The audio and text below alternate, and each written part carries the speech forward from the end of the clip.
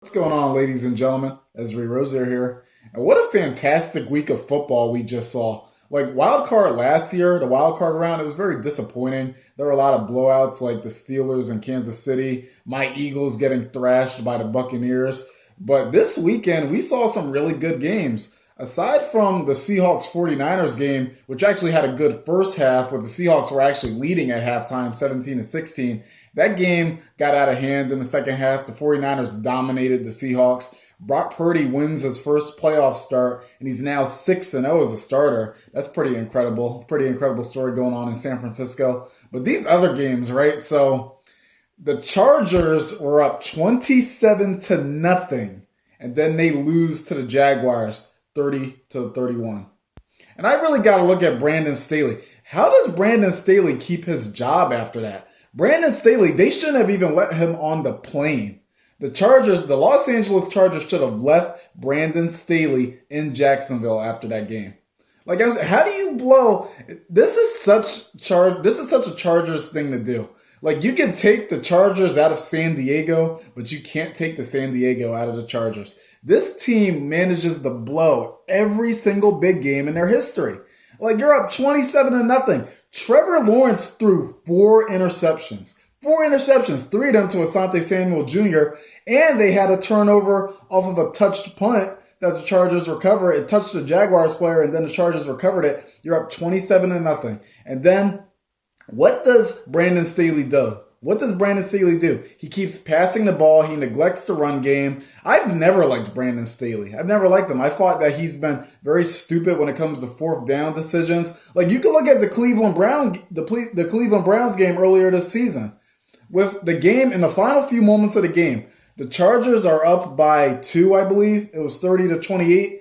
Brandon Staley on fourth down in his own territory, he goes for it, and then they don't get it. And the Browns, the Chargers were so lucky. The Browns ended up missing a field goal to win that game. So the Chargers escaped that game with a victory, but Brandon Staley nearly bungled it up for him. Staley, his play calling, I just don't like this guy. I don't like his play calling. You get incredibly conservative after, it's just Brandon Staley. It's always something with him. He's way too analytical.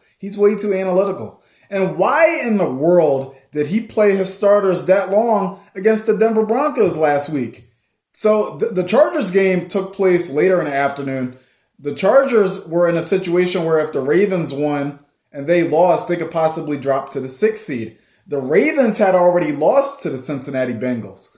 The Chargers knew that the Ravens had already lost. Brandon Staley knew that the Ravens lost and that the Chargers would be the number 5 seed no matter what happened. They knew that they had the number 5 seed locked up. And what does Brandon Staley do? He plays his starters for a meaningless game way longer than they should have been against the Denver Broncos. Mike Williams gets hurt. Joey Bosa gets hurt. Joey Bosa ended up playing in this game, but Mike Williams didn't. Gee, I wonder if that was important.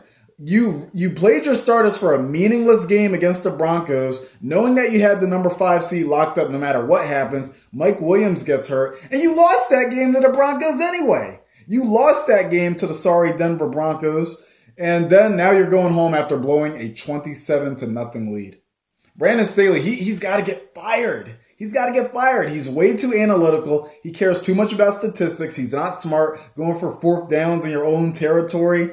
Like, dude, he's got to go. He's got to go. Sean Payton's out there. Like, they really need to be courting Sean Payton. I think Sean Payton and Justin Herbert would be a very good combo. And let's give some respect to my man, Doug Peterson, the former head coach of the Philadelphia Eagles. The Chargers were up 27-0. The Jaguars had one of the worst first halves you could possibly imagine. And what did my man, Doug Peterson, say? My man, Doug Peterson, he said, no problem. No problem. Doug Peterson had that team ready to play in the second half. He had Trevor Lawrence ready to just overcome that abysmal first half performance he had with the 4 interceptions. Doug Peterson should be coach of the year. He should be coach of the year. And I get it. People are going to say that Brian Daboll of the New York Giants should be coach of the year. And listen, I get that. I understand that Brian Daboll has done an incredible job with the New York Giants, who won a playoff game yesterday. We'll get into them later. But Doug Peterson, so the Giants were a lot better off than the Jaguars. This was a horrendous team. This team had just secured the top pick in back-to-back drafts. They had the top pick in 2020. They used that. Well, no, they had the top pick in 2021. They drafted Trevor Lawrence. And then they had the top pick last year this year when they drafted Trayvon Walker. The Jacksonville Jaguars were so bad that they had the number 1 pick in 2 straight drafts. Doug Peterson, in his first season as head coach of the Jacksonville Jaguars, he leads them to a winning record for the first time since 2017. He leads them to an AFC South division title for the first time since 2017. This team had only won 4 games over the last 2 seasons. They had only won 4 games over the past 2 seasons combined. They went 1-15 in 2020, and then they went, I think it was 3-14 last year. That is 4 wins over the last 2 seasons. And Doug Peterson, in his first year, he took a team that won just 4 games over the past 2 seasons combined to the playoffs. They were 3-7. The Jaguars started this season 3-7, and Doug Peterson got them all the way back to 9-8, and he gets them a playoff win after being down 27-0. Coach of the year, ladies and gentlemen. And then the games yesterday, right? So you had the Miami Dolphins taking on the Buffalo Bills. The Bills storm out to a 17-0 lead. Josh Allen and the Bills are totally just blitzing the Dolphins. Dolphins are getting crushed. And then that game gets interesting. It gets very interesting. The Dolphins storm back. I believe it was 20-17 at halftime. The Bills were up 20-17 at half. And then when the second half began, on the Bills' opening possession to start the second half, Josh Allen gets destroyed, fumbles, and then the Dolphins recover it for a defensive touchdown to go up 24-20. And I'm like, what is going? The Dolphins didn't even have Tua Tagovailoa playing in this game. They had Skylar Thompson, and they gave the Bills a huge run for their money. The Miami Dolphins, they really made the Buffalo Bills sweat yesterday. The Bills hung on to win 34-31. Nobody thought that game would be that close. I thought that the Miami Dolphins were going to get smashed. And that just goes to show you that these division games, when division rivals meet in the playoffs, it doesn't matter what the circumstances are. Like, it can get extremely tight. It can get really crazy. And we saw this for the night game last night, too. You had the Baltimore Ravens, who didn't have Lamar Jackson, going into Cincinnati to take on the Cincinnati Bengals. That game was tight as well. The Bengals, I believe they went up to a 9-0 lead. Then the Ravens, they get a touchdown. The Ravens also recover a fumble from the Bengals, and they capitalize on that to take a 10-9 lead at half.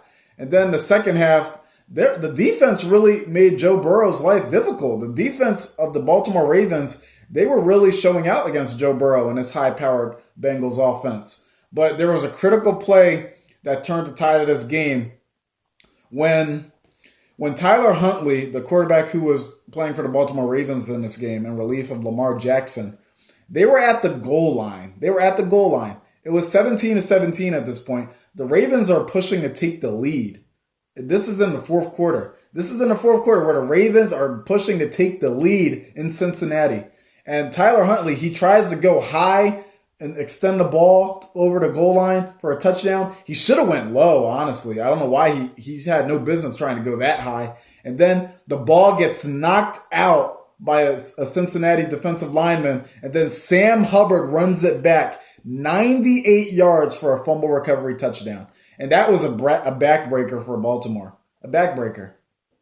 You're about to score right there. And then, why did Huntley go up that high? Go low. Harbaugh was saying that too. And by the way, Harbaugh had an extremely cringeworthy interview after the first quarter. Like the female reporter is asking him these questions, and he looks so annoyed. It was actually pretty funny. But the fact of the matter is, Tyler Huntley, why did you go high there? All you had to do was go low. In fact, why didn't you just run the ball with J.K. Dobbins? J.K. Dobbins has been the Ravens' MVP since Lamar went down. He's been the lifeline of that offense. I would have given it to J.K. Dobbins on that play. I would have trusted J.K. Dobbins to punch that ball in for a touchdown there, but they didn't. Tyler Huntley goes high, tries to extend the ball, and then it gets knocked out, and Sam Hubbard runs it back 98 yards for a fumble recovery touchdown. Now, the game, it was 24-17, so the Ravens weren't out of it. It didn't seal the game officially.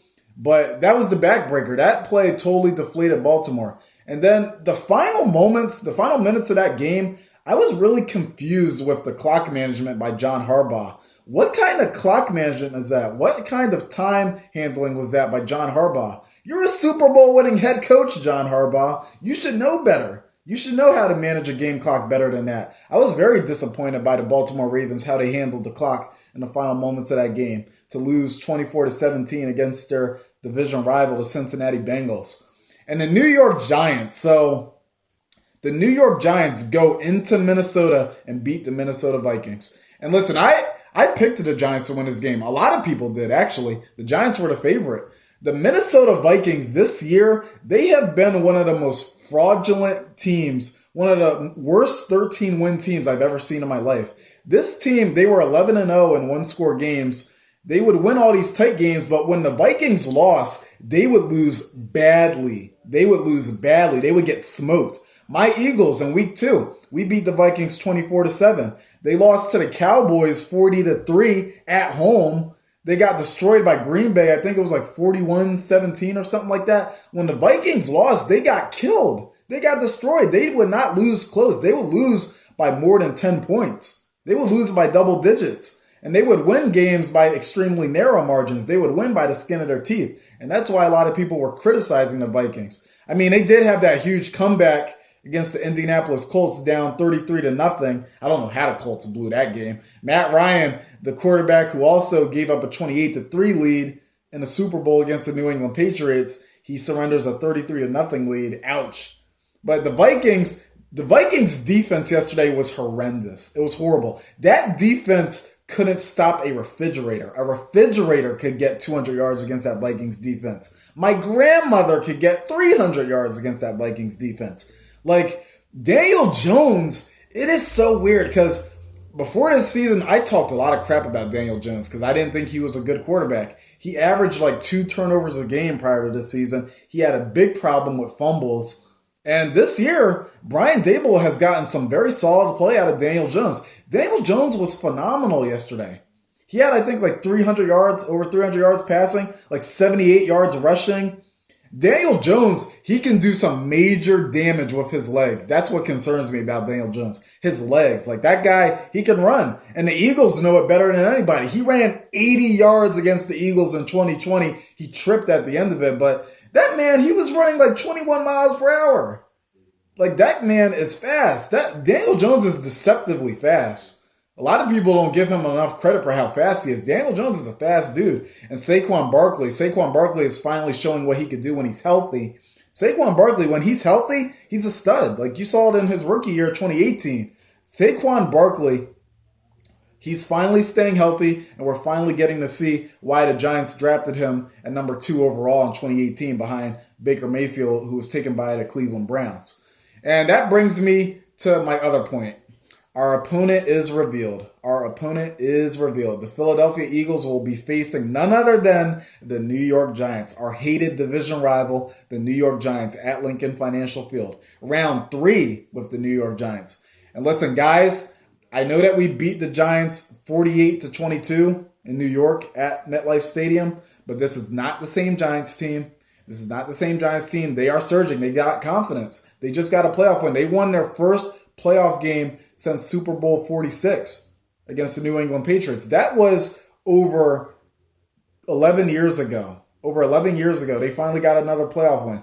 This Giants team, this is a very dangerous game because it's a division game. Like I was saying earlier, division games in the playoffs, they can be crazy. You saw it with the Miami Dolphins and Bills. You saw it with the Ravens and the Cincinnati Bengals. And I'm not expecting this game to be a blowout. I'm expecting this game to be very tight. I think the margin will be like 3 to 7 points.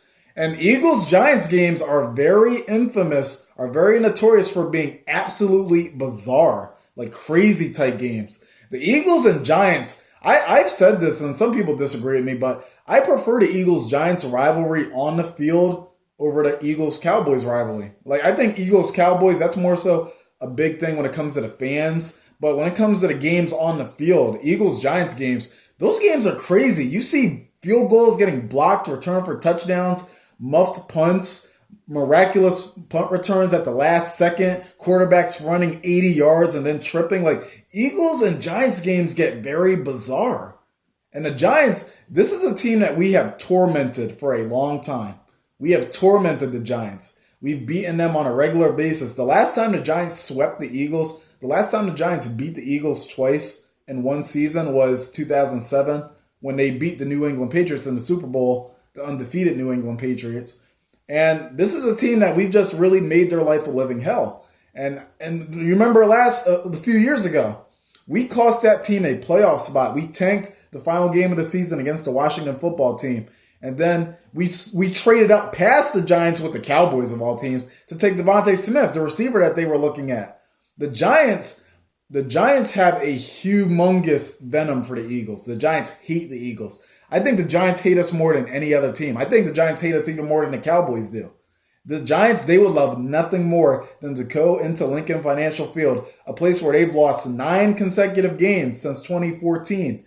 The Giants have lost 9 straight games at Lincoln Financial Field. They would love nothing more than to go into our stadium and hand the number 1 seed Philadelphia Eagles, the top seeded Philadelphia Eagles, a one-and-done playoff exit. So this game, it's going to be tight. We'll talk about this game more later in the week, but the Giants and the Eagles, and listen, I preferred the Buccaneers. I'm going to be honest with you guys. I wanted to play the Tampa Bay Buccaneers because I wanted revenge on Tom Brady for the playoff thrashing we took last year. We lost 15-31 against the Bucs in Tampa Bay. Jalen Hurts looked really bad in that game. But we got the New York Giants playing a rival 3 times. It's tricky stuff, man. It's very tricky stuff. But the Eagles were up for the challenge. And the Giants, we got to give them respect because they earned their spot here. They won a playoff game. They earned their right to be here. So there won't be any looking past the Giants this week. The Giants, and remember how their backups played against the Eagles? Now, you could argue that the Eagles were going with a conservative game plan because Jalen Hurts was just coming back from injury, and they didn't want him taking any unnecessary hits. But the Giants' backups made that game very uncomfortable for the Eagles' starting lineup. And I really didn't like how we came out just passing the ball. That's how you're going to lose this game. If you come out this game against the Giants just passing the ball, not balancing the offense, ignoring the run, not using Miles Sanders or Boston Scott, the giant killer, that's how you lose this game. Avoid that trap, Philadelphia Eagles. And we'll see, man. May the best team win. I will be at this game. It will be my first playoff game. And we will see how it goes. So take care, everybody, and go Birds.